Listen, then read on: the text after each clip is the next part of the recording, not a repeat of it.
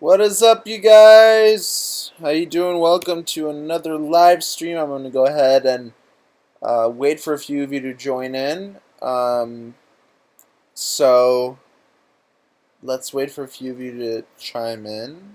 Not chime in, but tune in. And we're going to have a nice, good talk on cinematography, how to start in the business, how to succeed in the business, how to get your clients, how to keep your clients, and how to get referrals, because that is something that's extremely important. So we'll get started off with the importance of treating your clients like premium. Well, they should be all treated like premium clients. Now, um, first things first, I know that a lot of people have dealt with clients that are maybe too picky, too mean, or just, there's always those specific clients that just give you hell. My advice to you is to suck it up. Don't forget, they're paying you money. So you have to understand that even though they're, really on you for something, you got to just meditate, enter your zen, and you still got to do the job that they want. Now, don't let the client take advantage of you, because if you let the client take advantage of you, then you're in trouble. Which is why I created specific contracts. I have a video that's on my YouTube channel about how I created contracts that really protect me from anyone taking advantage of me, and I think that's extremely important. Of course, when I first started out in the industry, I didn't know any of this. I didn't even have a contract. So I will never forget, I'll tell you a funny story. Um, my first gig as a professional cinematographer was a wedding. I met this client at a family gym, a gym that I used to go to, and she saw me filming one of the body pump classes, which I offered to do for free because I wanted to build up experience. So she saw me filming. Apparently, she thought I looked like I was a professional, even though I was an amateur. And she said, "Hey, how much do you charge?" And here's a funny thing. Instead of waiting like I should have waited and to actually think about how much I should charge, I said, "Oh yeah, for a wedding, that's probably an 8-hour shoot. I'll charge you 150, which is really cheap. Even for the gear that I used to have, that was really cheap." So I didn't even think about it. I didn't even think about making a contract. I didn't have a website at the time. So it was really funny how things just spiraled out of control at that point. Because, okay, so I shot the video. She loved the video. It was about a 3.5 highlight video, highlight of the wedding. I only used one camera. I only had one camera. And I didn't have any professional recording equipment. So So I didn't have any professional recording equipment, so all I could do was basically a highlight video. I couldn't mic up the priest. I couldn't mic up the bride and the groom. I didn't have the equipment for it. So what happened was, she didn't know that, and I didn't have a contract with her. So I made the video, the highlight video. I sent it to her, and she said, "Josh, you did such an amazing job, but where's the rest of it?" And I'm like, "Oh God, did she expect me to make like a 40-minute wedding video, like a professional 40-minute wedding video?" I had to tell her, "No, I thought we agreed on the highlighted video." And she's like, "No, we agreed to do a 40-minute video." And on top of that, it took her months to pay me. So it was just a complete nightmare. And this wedding was done, I think, in 2011, I would say, 2011. And I'll never forget, last year she reaches out to me again. She's like, "Josh, I want you to redo the video." And I'm like, "How can I redo the video? You were my client 5 years ago. Uh, how can I redo the video for you? I don't even have the footage anymore." And she tried to convince me like it was my fault or something. She tried to manipulate me, but There's people out there, guys, that will try and squeeze every bit out of you. So I want you to understand the importance of having a contract, because I didn't until a few years ago. I didn't have a contract, and it really messed me up because I had a lot of people taking advantage of me. So in a contract, don't forget. Sorry, I'm a little tired, so I'm trying not to yawn. In a contract, you need to state the service you are providing. Second, you need to state the price. Third, you need to state the equipment. Fourth, you need to state that the client must cooperate with you and must tell you of any specific shots or sequences or editing notes they have. That is so important, and I didn't realize that. And my first wedding experience was so awful. It was so bad. So I hope I never experienced something like that. But I feel like now, since I have my business in order and I have my contract, I have all of that stuff, um, I have control over my business.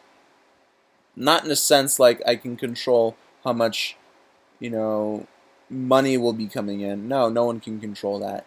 You can only estimate. But I can control how clients are around me with a contract. So stick to it. Again, you also want to state that you are not liable for footage that was kept on your drive for after 3 months or so. You can do literally whatever you want on a contract. So keep that in mind, because it will save you out of a lot of problems. Alright, since I went on a little rant and a little story about the importance of having a contract, I want to open this up to you guys and see if you have any questions.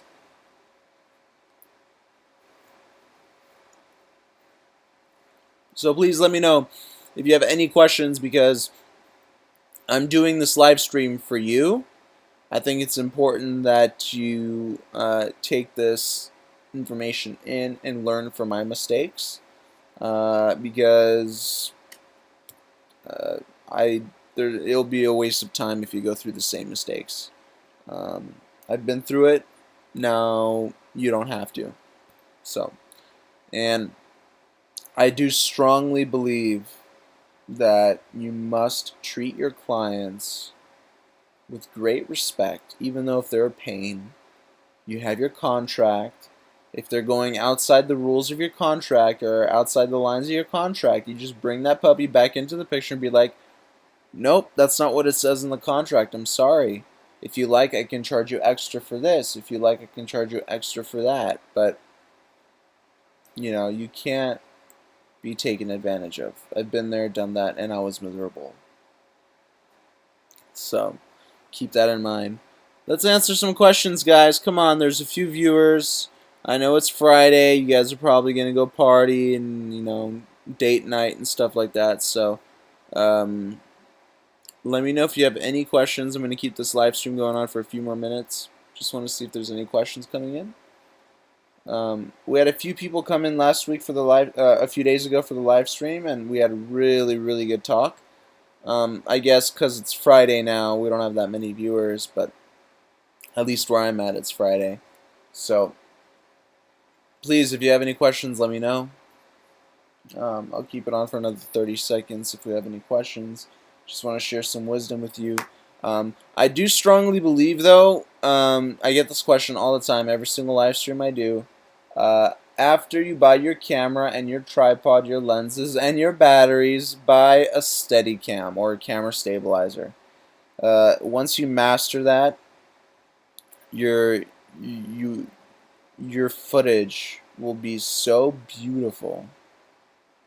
And then people are going to come up to you and be like, how did you get that footage? How did you make it seem like the camera is flying? And you know what you're going to say? I don't know. I'm just good, I guess. Don't tell anybody your secrets, first of all. Don't ever, ever tell anybody your secrets. I'm telling you my secrets because I made that life decision, and I just like helping out people. But if another videographer or amateur comes up to you and asks you, hey, how did you get such beautiful footage? Don't give away your secret. Don't tell them it's a Steadicam. Just be like, I don't know, I just got good, I guess. Be humble about it. But, it's... They say also, the only competition is yourself. So what you're at now, you should be better tomorrow. That's my goal every day. I just came back from a shoot with Laura Clury and Miss JDMV. If you haven't heard of them, look them up on YouTube. Not on YouTube, on Facebook and Twitter. And Laura Clury and Miss JDMV. And you'll see the kind of cool, funny sketch comedy stuff they're putting out. So I filmed a cool, awesome sketch for them today at a really, really awesome studio nearby where I live. And it's one of those studios that's, it doesn't look like a studio from the outside. It's really hidden. That way it doesn't get any paparazzi or any attention. So they started doing that. And, there's no big sign or anything like that. So it's really secluded and secretive. So I think that's pretty cool. So I strongly believe that you have to be persistent when you're trying to work with somebody. I have never failed at my persistence. I don't know what it is. Maybe it was because of my upbringing, but when I want something, I make damn sure I get it. I remember when I was looking at all this expensive equipment and I was thinking to myself, how can I afford all of this? Even though I didn't have money in the bank account, I made it happen. How? I opened up credit cards. I took out some loans. I borrowed money. But I got my gear, I made my money back, and now I'm making profit. So you do whatever you can to become a successful cinematographer. There's so many people out there that I talk to that, want to be a cinematographer, but they can't make money off of it. I have a few good friends from high school that are film majors, and they don't make any money right now. I didn't go to school for film, and they did, and I get work and they don't. So it's not about the school. It's about your strategy and your execution of that strategy, right? So what was my strategy from the beginning? My strategy from the beginning was to go on YouTube, learn as much as I can from the top filmmakers on YouTube and Vimeo, and try to copy or recreate their style. And once I would copy or recreate their style, I have to incorporate my own unique twist to the footage. That way people know it's my footage and not somebody else's. That's part of your branding. Branding is so, so, so, so important. Look at Coca-Cola, look at McDonald's, look at, any big brand or any big food company, whatever. They have a very big, brand. How? Because they came up with lingos, they came up with unique styles, either in their commercials or their products. So you can look at their product and immediately go, oh, hey, that's Nike. And you don't even have to look at their logo. You can already tell it's Nike. I mean, if you look at any BMW car, you can tell it's a BMW without the symbol, BMW, without the emblem. So it's really important that you learn how to brand your work without actually branding your work. Your logo doesn't have to be on your work in order for you to brand it. It's your style of shooting. It's your style, just your overall style of how you make things happen. So that's one thing. Second thing is word of mouth marketing. Never leave your client unhappy, no matter what. All it takes is one bad mouth, and that bad mouth can ruin your reputation. So you do whatever you can to make sure that client is happy. However, do not let the client take advantage of you and breach your contract. Because if that gets down to that level, this client will come back and continue to take advantage of you. And that's no good. So never ever let them take advantage of you. Keep within your contract. Never, ever, ever, ever do a professional gig without having a contract. Trust me, I've learned from these mistakes. I've done multiple, I've probably done 20 shoots without a contract. Those 20 shoots were the worst 20 shoots of my career. One, I barely made any money, if I made money. Two, the clients treated me horribly. Three, I didn't learn anything out of those shoots. It was just because the clients treated me so badly, and I was just like a headless chicken running around. So keep your contract handy. If you need help writing a contract, I have the perfect video for you on my YouTube channel. You just gotta look for it. Go to my uploaded videos, and there should be a video titled "How to Create a Videography Contract." So keep that in mind. That video will save you a lot of time and headache. So trust me, look up that video. Don't ever, ever, ever let a client take advantage of you again, because that would be horrible, and it's something that can really damage your business. So we covered word of mouth marketing, we covered contracts, and how clients should never ever take advantage of you, and if they do, you have the contract to prove that they can't. So one last thing that I think is really, really important, and that is, do you have to have professional equipment to get professional results? I get this question all the time. The answer is no. You don't need professional equipment to get professional results. I've seen people shoot short films on their iPhones, and it came out fantastic. Now, what is the problem with shooting on an iPhone rather than a real camera? One, if you show up at a gig with an iPhone and instead of a real camera, who's going to take you seriously? I feel like videography, cinematography, photography, size does matter. And by size, I'm referring to the equipment that you bring. Clients and customers, they judge you by the equipment. If your equipment looks immature, or not immature, but amateurish, they're going to think you're an amateur. So I strongly recommend, you don't have to buy huge cameras, but buy cameras that people are, well known with, like the Sony cameras, the Panasonics. So as long as you get that taken care of. But besides from that, if you're doing videos for yourself or your YouTube channel, you don't need $50,000, cameras or lenses or anything like that. You can actually shoot everything off of your iPhone. But don't forget, your iPhone doesn't give you the limitless abilities that professional cameras do. The iPhone's very limited, but picture quality is not bad. So, all right, guys, thank you so much for tuning in. I'm gonna cut it. I'm gonna cut it already. I try to do at least 20-minute live streams, but I've got to get going. I started this a little late. So tune in a few days. I'll do another live stream. I did one a few days ago that was just about an hour long. I'm going to keep this live stream public after I'm done shooting it, so you can always use this as reference. And I don't always do this with all my live streams. I only do this with this is actually the first one I'm doing it with. So this live stream I'll keep public so you guys can refer back to it. But I've had 55-minute live streams where I kept private. Just want to let you know. So tune in, stay on YouTube for as long as you can, and maybe I'll go live when you're online, and then we can talk. So thank you guys so much for watching, and I will talk to you very soon. Bye-bye.